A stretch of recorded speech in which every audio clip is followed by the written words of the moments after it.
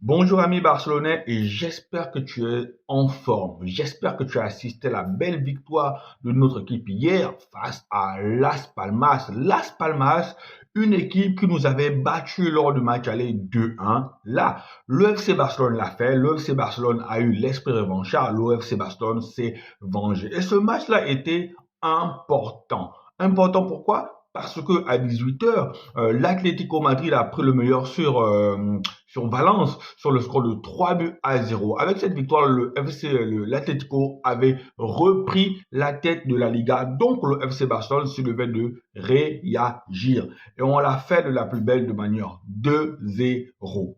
2-0, mais dans ce match-là, Las Palmas est vraiment venu pour embêter le FC Barcelone. Las Palmas a joué fièrement ses chances. Las Palmas est une équipe combative. Las Palmas n'a pas mis le bus.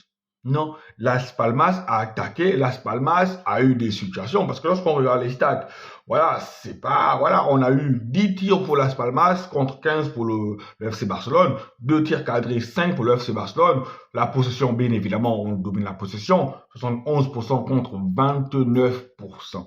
Donc, Las Palmas a joué crânement sa chance. Las Palmas a essayé, mais jusqu'à la 60e minute, on va dire jusqu'à la 60e minute, Las Palmas, voilà, a fait le travail. Las Palmas a gêné le FC Barcelone jusqu'à la 61e minute parce que à la 62e minute, on a eu un éclair de génie. Non, je veux dire 2 éclairs de génie.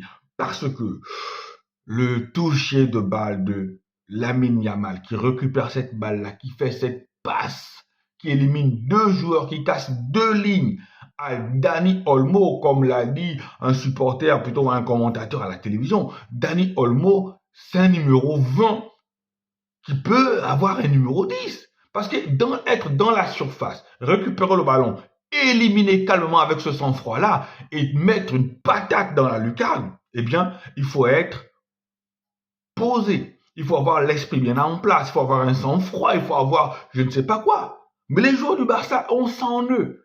Les joueurs du Barça ont ça en eux. Et dans ce match-là, même si Lamine Yamal n'a pas marqué, Lamine Yamal, c'est toujours le facteur X.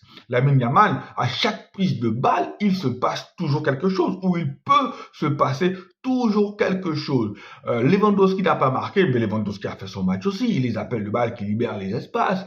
Rafinha n'a pas marqué, mais Rafinha aussi a pesé dans ce match-là. Et on a le GOAT Ferran Torres, moi je l'appelle comme ça depuis qu'il nous a sauvés en Ligue des Champions, le GOAT Ferran Torres qui rentre, qui met son petit but. Le plus important c'était ça, les 3 points.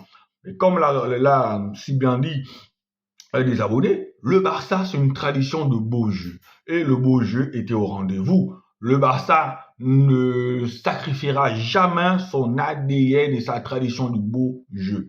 Mais après, je dis, lorsque on a un match difficile, voilà, parfois il faut sacrifier quelque chose un peu comme, comment dire ça, un peu comme un lézard qui se coupe la queue, voilà, pour s'échapper d'un piège. Donc, le FC Barcelone l'a fait. Maintenant, aujourd'hui à 21h, ça va être au tour du Real de Madrid. Le Real de Madrid qui va jouer contre Girona. Girona qui n'est plus cette foudre de guerre qu'on a vue la saison passée. Mais Girona reste quand même une bonne équipe. Girona peut quand même embêter le Real de Madrid. Donc, amis barcelonais, vous connaissez le rituel. On a joué hier les merengues tout devant leur petit écran. Ils ont tout fait. Ils ont espéré une défaite du FC Barcelone.